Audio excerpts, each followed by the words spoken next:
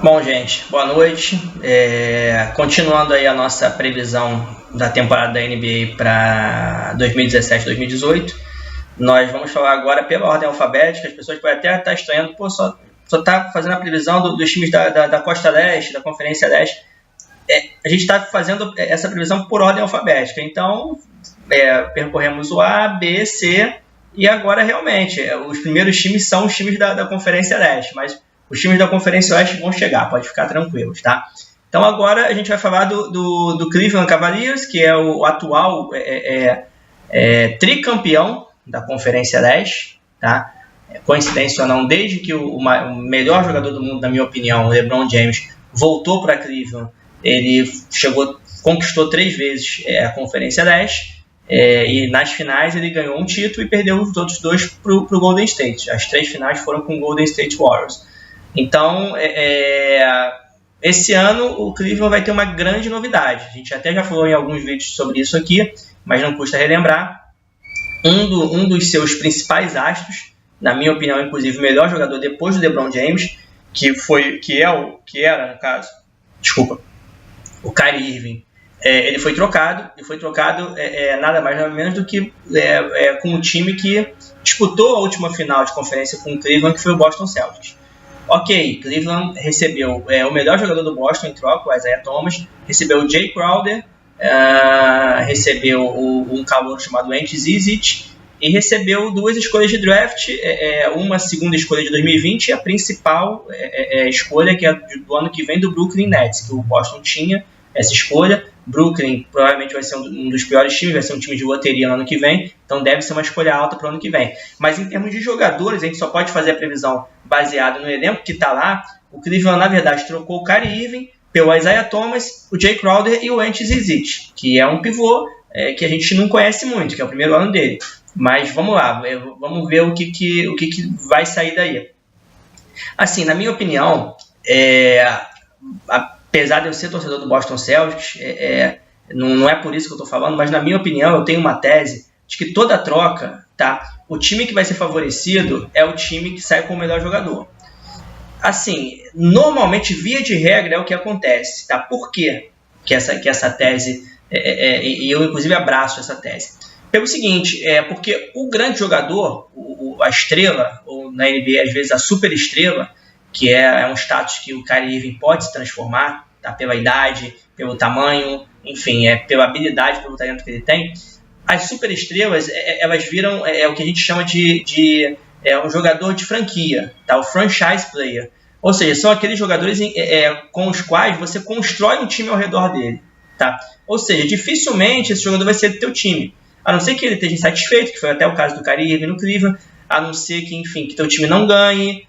Ou seja, mas se o teu time trilhar um caminho certo, correto, e conseguir colocar jogadores em volta desse franchise player que possam dar condições dele disputar um título, dificilmente ele vai sair, e ele vai brilhar durante algum tempo no seu time.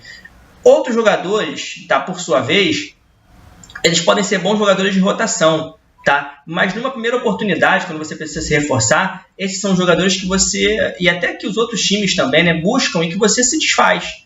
Então é por isso que normalmente, não é sempre não, mas normalmente, tá, quando você faz uma troca, o time que pega o melhor jogador, e na minha opinião o melhor jogador dessa troca foi o Kyrie Irving, leva vantagem, tá?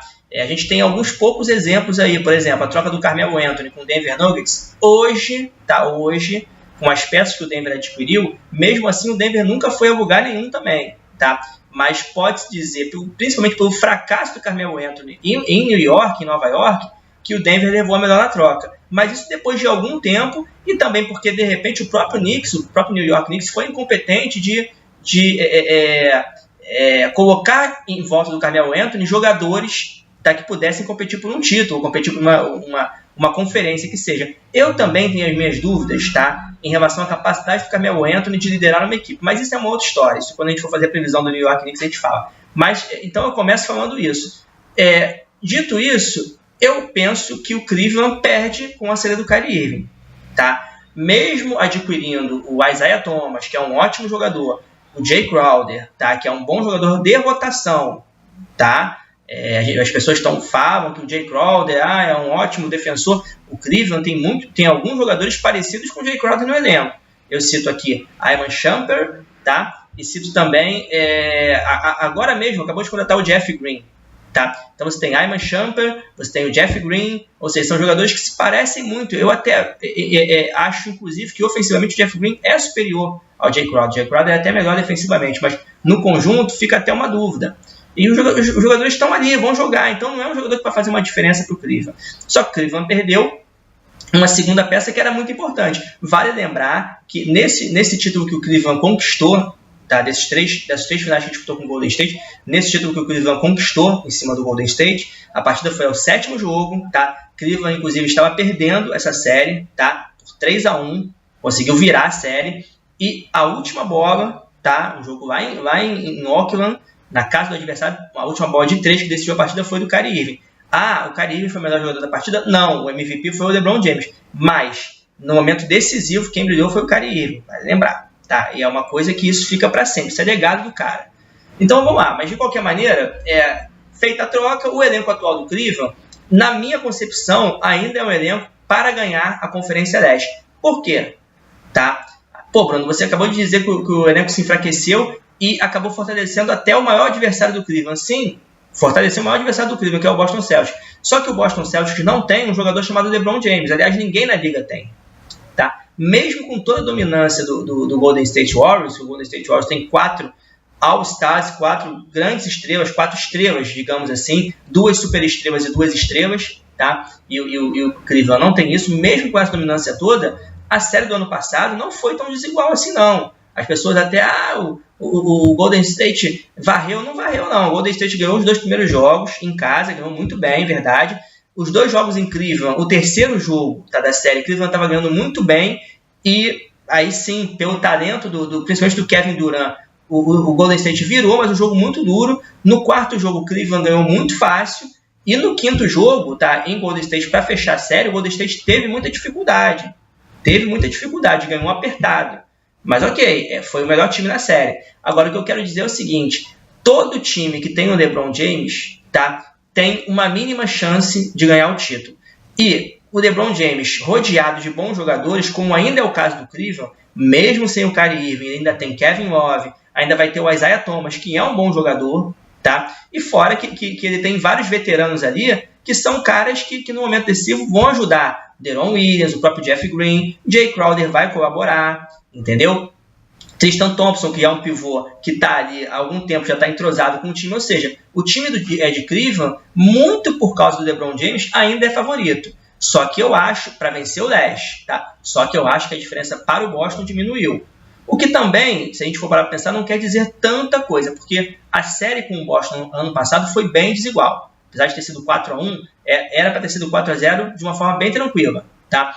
Então, eu acho assim que de repente, pelo fato de poupar o LeBron, pela idade dos seus jogadores, eu até acho que o Cleveland não vai ganhar, tá, a temporada regular no leste. Eu acho que o Boston ganha, acho que o Cleveland fica em segundo lugar, mas o Cleveland, na minha opinião, vence a Conferência Leste nos playoffs, mas vai ser uma disputa bem mais equilibrada, o que é ótimo para os fãs de basquete. Não é porque eu torço para o Boston, é porque a gente não quer ver séries, a gente não quer ver, por exemplo, nos playoffs do ano passado, isso inclusive influenciou no teto da NBA, tá? Para vocês verem, no teto financeiro da NBA, no cap que chama, foi influenciado, foi jogado para baixo, porque no ano passado a gente teve muito pouco jogo de playoff. Por que a gente teve muito pouco jogo de playoff? Porque tanto o Cleveland como o Golden State Warriors praticamente não perderam antes de chegarem às finais. O Golden State não perdeu e o Cleveland perdeu um jogo para o Boston quando a série já estava 3-0, tá? E o Boston achou um jeito de ganhar em Cleveland, tá? Desculpa, a série estava 2-0, tá? Mas mesmo assim era uma série que era para ter sido 4-0. E com essa redução de jogos, você teve menos exposição de televisão e o cap, o teto, diminuiu. Isso até influencia também. Mas o que eu quero dizer? A torcida quer ver séries disputadas, tá? Por mais que eu saiba que o LeBron é o melhor jogador do mundo, que o Kevin Durant está ali na cola dele, mas eu quero ver uma série do Cleveland que algum time do leste coloque o Cleveland para jogar, coloque ele para ter dificuldade. Eu quero que algum time do oeste coloque o Golden State para ter dificuldade. Ano passado, esse time do oeste era o San Antonio, tá? Só que o Kawhi Leonard se machucou na própria série com o Golden State e a série ficou muito fácil.